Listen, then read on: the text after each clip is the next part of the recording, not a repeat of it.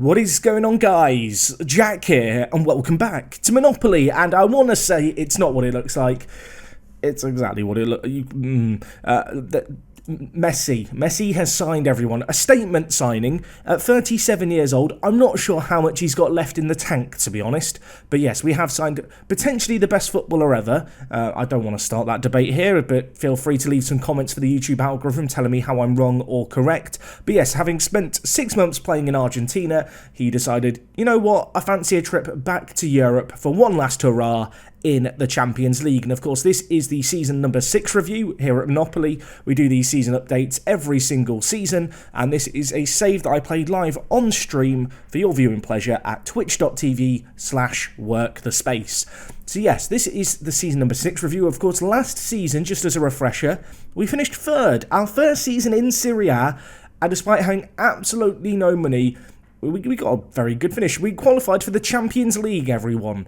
Now, this is going to be a tricky year, and the reason it's going to be so difficult is because we go straight into the Champions League group stage, as you can see here. But the sad reality is, our board expectation, I think, is avoid relegation. Our media prediction is 16th. Yeah, I mean, avoid a relegation battle. Despite finishing 3rd last year, we just don't have a very good squad. I mean, you can see here, we are as likely to win the league in the eyes of the press as all the teams who got promoted this most recent season. And simply put, we just don't have the money to compete. We are a tiny little club. Last season, we broke the record for the lowest ever attendance in Serie A in every single home game, despite selling out. Of course, there is a new stadium on the way, but it's not going to be done for a couple of years yet. So the sooner that comes, the better. If you were wondering about the finances, how are they looking right now? We've got 18 million in the bank. We are rolling around in money. Our wage budget has now, I think, trebled since last season, at least the start of last season. But the reality is that a lot of that has just gone on giving players like Mejbri a new contract, Braganza a new contract, Teddy Jenks a new contract, and also Bjorn Beck, who I do think is the long-term player to keep an eye on at the club. At 17 years old, I want to give him regular Champions League football for as long as we're in the group stage. I think going into the season, if we're being super realistic, the main expectation simply has to be to try and get into the Europa League. We're going to be in the Champions League, but as a 4th seed, so we almost guaranteed a very tricky group. If we could get a 3rd place finish in the group stage, make the Europa League, and then when it comes to the league table, to be honest, I have no idea what to expect. There's going to be big pressure on our squad, and whilst we have a very big squad and plenty of players, because of course in Italy you're allowed 12 players on the bench, I think one of the big challenges this year is just simply going to be the fact that besides our starting 11 and a few key players in that starting 11, we really don't have that much strength in depth. You might have caught a few other faces on this screen, which are probably worth acknowledging as players that do exist in this team. The first is Aubameyang. Aubameyang known for his pace. He doesn't have any of that anymore. To be honest, he comes in mostly as a bit of strength in depth. I think really looking at him, he's probably the long-term successor to Luca in the, well, I say the long-term, the short-term alternative, not the long-term replacement, the short-term alternative to Luca in the aerial department. I am hoping that, given the fact we're going to be in the Champions League, we're going to make a load of money and have plenty to spend. You can see our original transfer budget this year was 1.5 million. We had absolutely no money to spend. In terms of where the money has been spent, this is the business that we've done this summer. So Hal here has left us to go back and return to playing in Finland, although we did make £1.5 million on him, which was a pretty good sale. And we also got 700k for this product of our academy, who I probably would have liked to keep around Arretta, but he was unhappy. He was trying to force a move. His contract was up at the end of the year this year. I didn't want to just give him away on a free, so we've sold him. On the ins, lots of freebies coming in alongside the likes of Messi and Aubameyang. We've brought in players like Tremoni, a player who has a lot of potential in FM, hasn't really fulfilled it. You'll notice the fact he plays a winger position, and we don't play with wingers. Really, it's about having a plan B, but also potentially just looking to sell him on for a little bit of money down the line. A few other free transfers that you might notice, including Henrique Mwenda. Not a bad little player, this smiley chappy. He just makes me happy inside looking at him. And elsewhere, we have signed Brunson, who is going to be our backup goalkeeper this year on our Icelandic international at youth level at 21. Looks okay for an Icelandic international who we've signed for £250,000. And one big transfer, Jose Sosa, £4.1 million paid for him. Professional personality, has just turned 18. Really like the look of this guy. He looks absolutely exceptional. Was coming through at Boca Walker had only just broken into the first team, but I decided to ask the board, hey, can we try and sign him? And they agreed he's a very good addition. So that adds a bit of quality at the centre-back position. In terms of who he's going to play alongside yet, I'm not sure if it's going to be Somsak or if it's going to be Sepp van der Berg. I think it's probably going to be Somsak, who isn't as good with the ball at his feet, but is just a much better defender on the whole than van der Berg. But to be honest, that's one of the positions where I'm a little less certain of exactly how things look this year. Elsewhere in the team, I think it is worth noting the fact that Unaland, who joined us last year, of course, halfway through the season, got 10 goals in 20 games, hoping he can really kick on again this season. And elsewhere in the fullback positions, two players who have had a bit of a decent impact, I think, early on. Awolo's done okay at right back. His average ratings haven't been the best, but at 19, I want to keep giving this guy game time, the former Atleti youngster. And also Jonathan Ochon, another player we signed halfway through last season. Only played 3 games last season, but this year I want to give him a chance to show us what he's all about. At 21 years old, he's a Nigerian international, either-footed, fairly professional, can play on either side, which is always useful. And I feel like they could be longer-term options. The average age of the squad has massively dropped. I would say that Lionel Messi is kind of propping it up a little bit. Elsewhere in the team going into this season, the midfield doesn't change at all. The midfield is the exact same way we left it last year. I feel like that was the big strength. And also Sonsin, who got in the Serie A Team of the Year in goal last year, as he propelled us to a third place finish, holds down his spot in net. So anyway, that's a little bit about a preview. I'm going to go away and, well, I've played the season. Next time you hear me, it will be in a few weeks' time from when I recorded this. Hopefully, I'm going to be happy. Hopefully, we can do a little bit in Europe. I don't really want to just go out in the group stage. It'd be a bit anticlimactic. I am under no illusions. It is going to be tough, but future Jack, good luck, Godspeed. And yeah, I will join you guys in a second for the end of season review for this, season number 6. Whoa. Jack, hold up. We can't go forward yet. People. I didn't talk about one thing, and I've just remembered we've got another job. I've become the Norway national team manager. I was actually offered this job. I'm going to assume it's based on the fact that, as Monopoli manager, we have a few Norwegians in our ranks. In fact, 4 of them, as you can see here. Odin Thiago, Solhag, Unaland, who of course had that breakout season, and Fabio Johansson. So yeah, we are Norway manager. There is a World Cup on the horizon. It's an interesting project, I suppose. As you can perhaps imagine, the things I'm most interested about are managing Erling Haaland and also just seeing how we get on, I suppose, going into some major competitions. Unfortunately, it's an Olympic competition at the moment, so right now I can't really plan the squad because half the team are with the under-23s.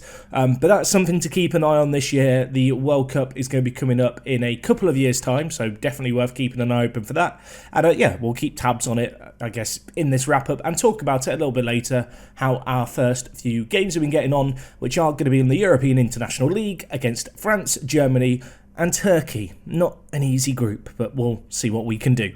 Anyway, future Jack, good luck, Godspeed. This really is your time to shine, and I hope I've not forgotten anything else.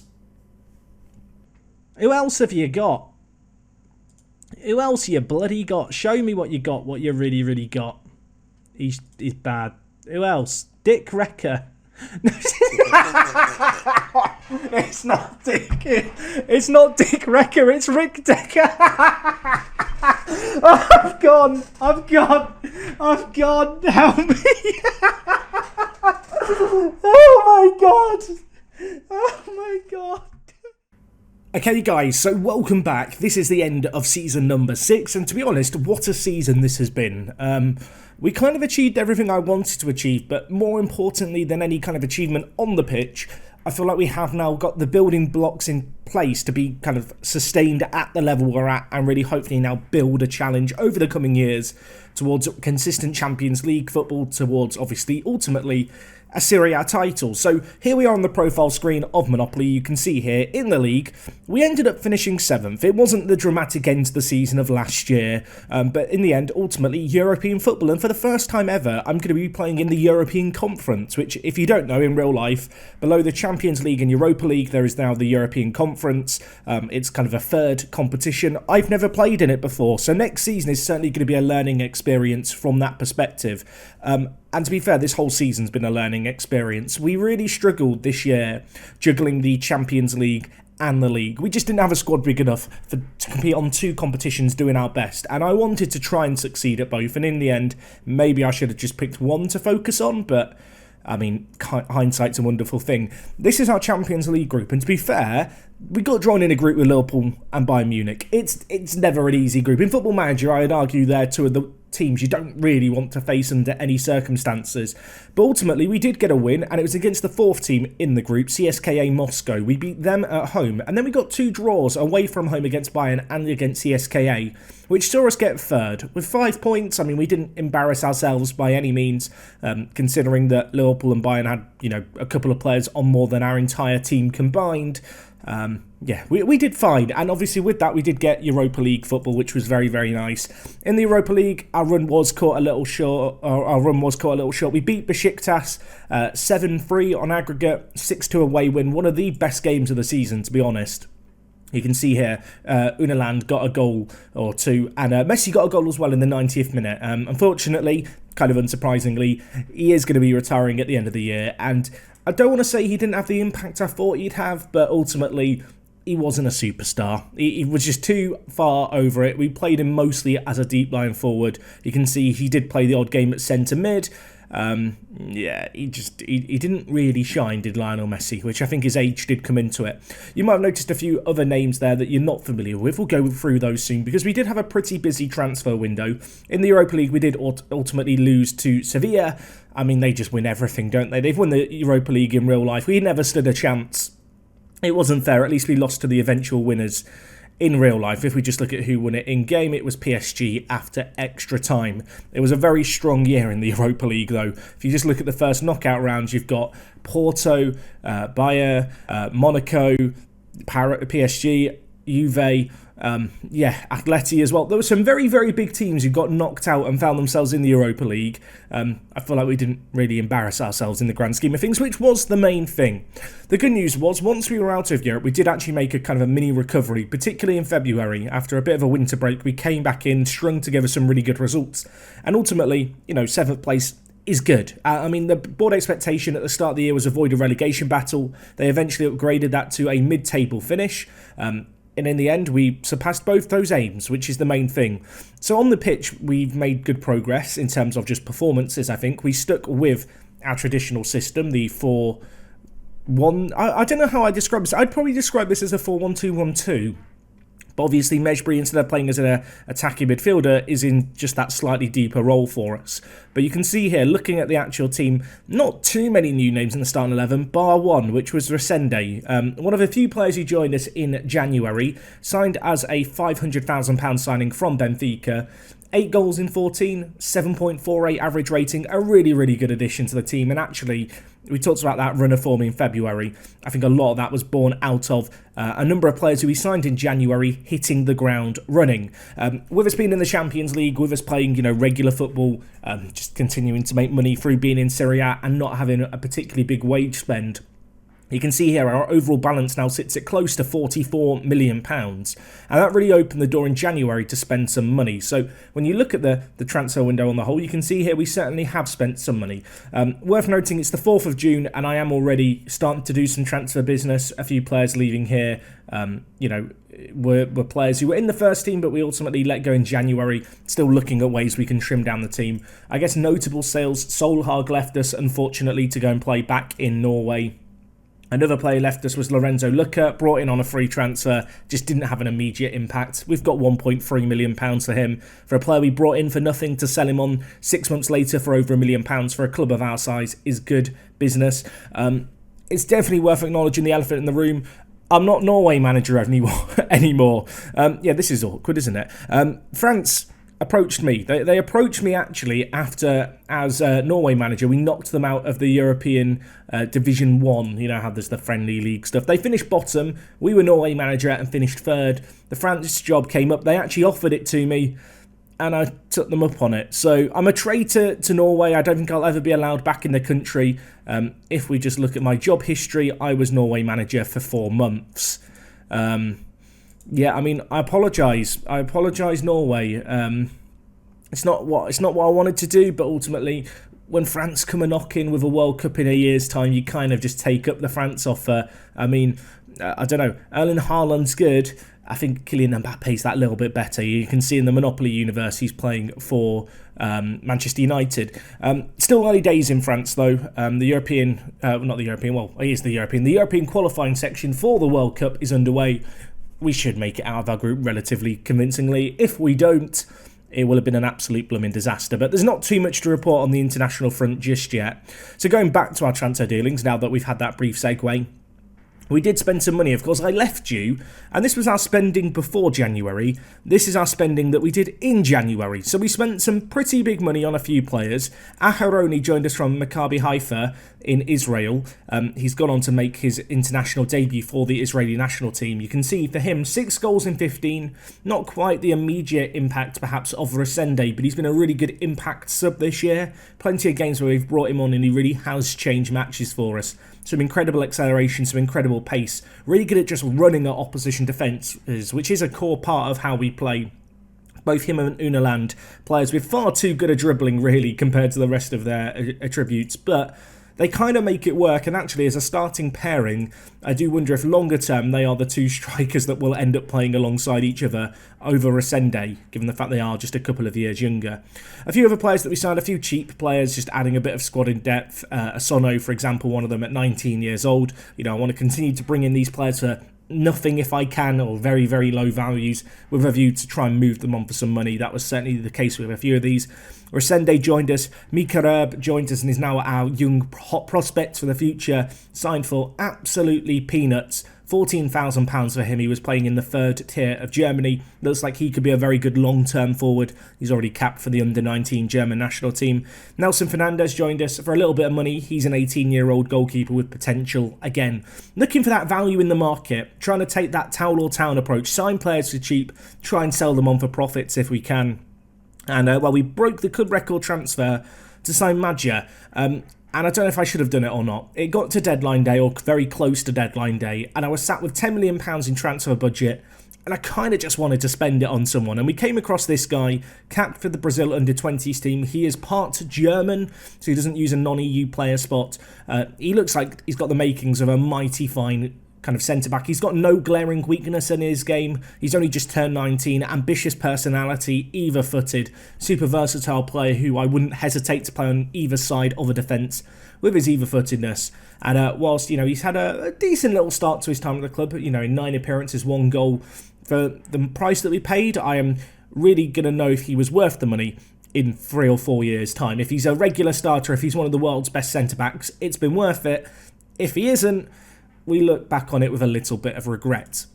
We are already busy in the transfer market, but a few players just to mention who are joining us going into next year. Mario Arretta Molina joins us for £4 million. But it's only £4 million. But there is a £2.7 million release clause in there.